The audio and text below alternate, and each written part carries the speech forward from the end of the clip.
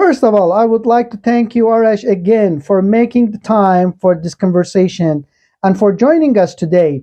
Ladies and gentlemen, welcome to Iran Headline with me, Rola Zamzame. Today is the May 3rd.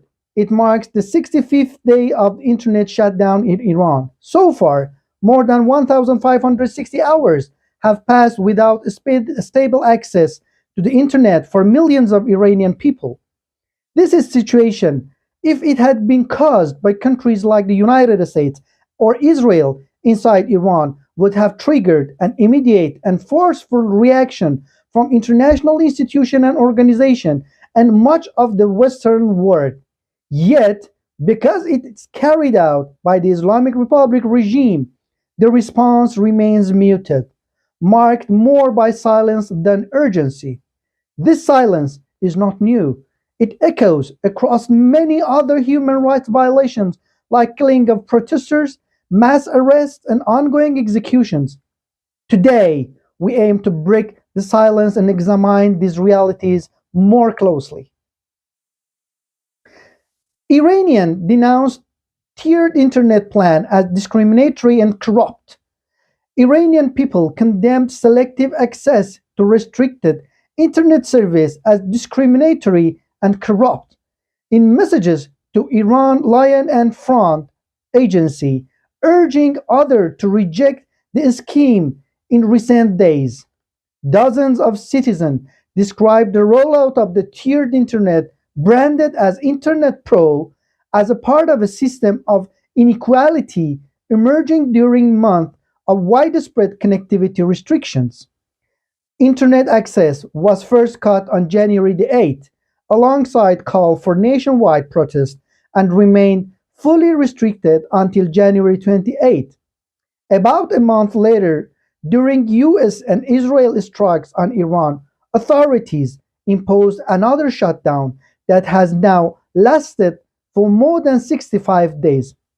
Monitoring groups like NetBlocks has described the ongoing disruption as one of the longest state-imposed internet blackouts recorded globally, leaving tens of millions of people largely cut off from international connectivity. Material circulating among users outlines a four-level structure of access, with so-called white SIM cards at the top of offering largely unrestricted global internet, although their pricing has not been disclosed. A second tier provided paid Internet Pro access with a partial connectivity, but continued filtering daily limits with operators formally, setting prices at around 400,000 riyals per gigabyte, about 22 cents, and packages such as 50 gigabyte annually priced near 25 million riyals, about $14. Two more men hanged in Iran as authorities ramped up executions.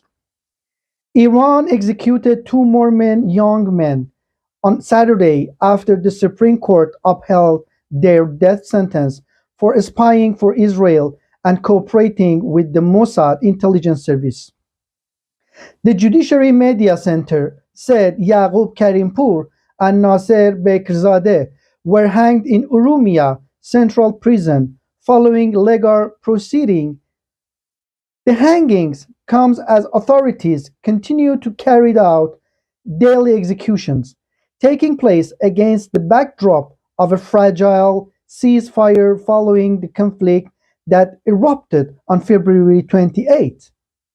Authorities said Karimpour, a law graduate from Miandoab and a member of the Yarsan religious minority, maintained contact with Mossad and transmitted sensitive information. Rights group said Karimpour was arrested in connection with the 12-day war between Iran and Israel last June.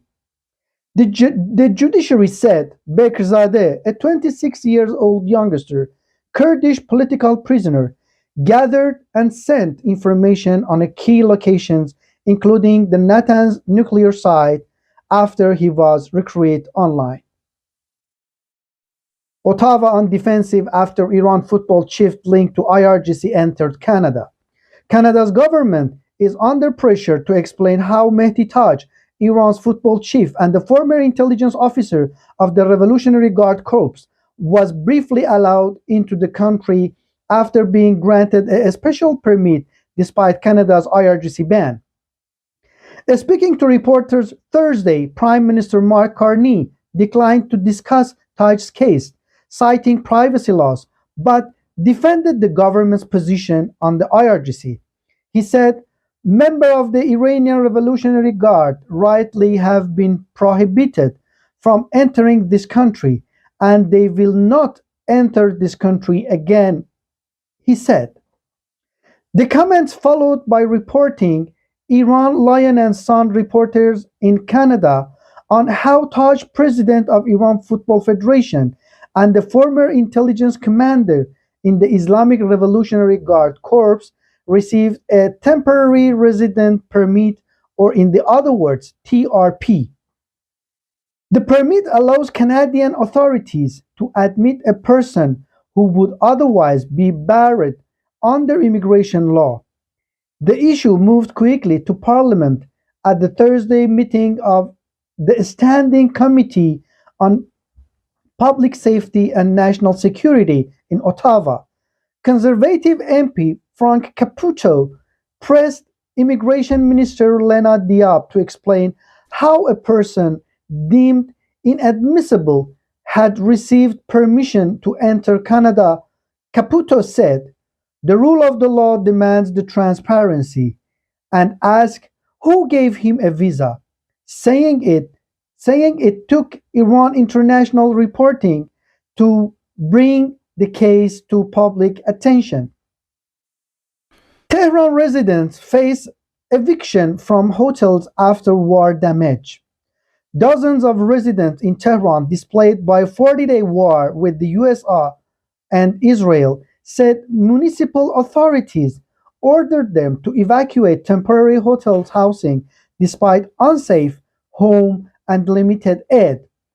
According to interviews published by the Etemad newspaper on Thursday, several of those affected said they were told to leave by the end of this week after calls from Tehran's crisis management body.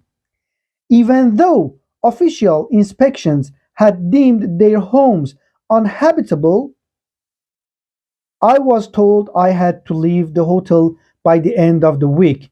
Even though my home is unsafe, I have nowhere to go, one resident said, describing a call from municipal official who noted reconstruction had not begun due to lack of funds. Okay, as we come to the end of this conversation and news, I would like to thank you again, Arash, once again for your time, for your openness, and for your insight. Arash, you mentioned last week that we didn't exchange even few words in Persian, and you were absolutely right. So let me say this. The next time I have the chance to join you as your guest in Persian language setting, we will more than make a conversation in Farsi and have a proper conversation in our maternal language. Thank you again, ladies and gentlemen, for being with us, and wish you a wonderful Sunday and the weekend. Have a nice day, and bye bye.